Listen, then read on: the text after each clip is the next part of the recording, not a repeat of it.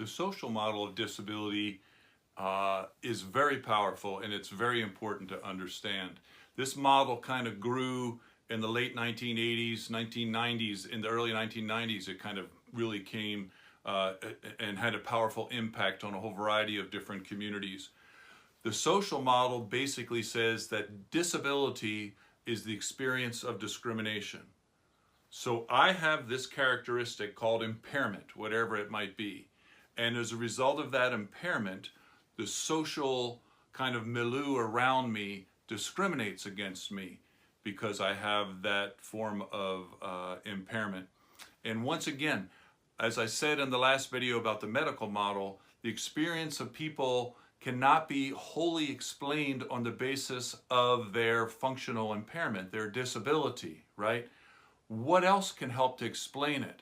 Their experience is probably almost more based upon the discrimination of the social environment towards them. For years, I've interacted with individuals with various disabilities, and most often they will say, the hardest part about having a disability is not your disability. The hardest part is the way that you're treated because you have a disability. Now, clearly, there are people who have disabilities and they experience incredible suffering and difficulty.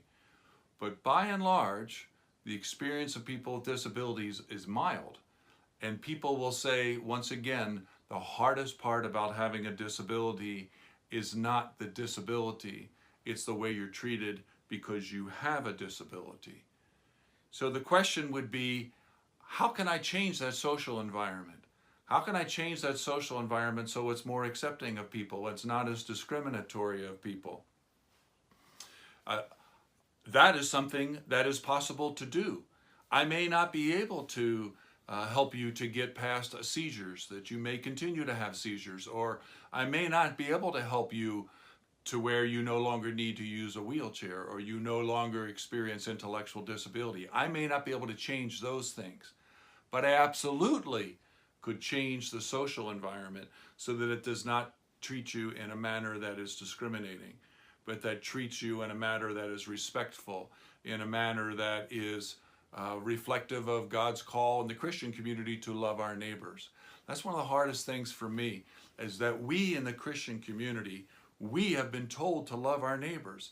We should be leading the way in getting rid of this notion of discrimination against people with disabilities. You know, I've written about this idea and called it social healing. Social healing. And that is that God in his power can heal anything he wants. Can he heal a person with disability? Absolutely.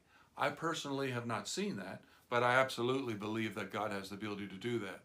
But the one thing that can occur is the social environment can change. If the social environment changed, people would feel like they had been healed socially. They would no longer experience this negative discrimination from the environment, and it would make a huge difference in the way that they feel about their lives. I talk about this also in an article later in the Going Deeper section, which is called Social Ramps. And that is that if a person wants access to a physical environment, we can put a ramp into that environment such that it allows them access. They don't need to use the stairs, whatever. It gives them access to a physical environment. So a question that I ask, is there such a thing as a social ramp? Is there a way that I can make it easier for people to access social settings by changing things in the social environment so people can have access? We'll unpack that a little more when we get to that in the Going Deeper section on social ramps. But it's an important thing to think about. A critical thing we want to do is to change the social environment in the way that it interacts with people who have various types of impairments.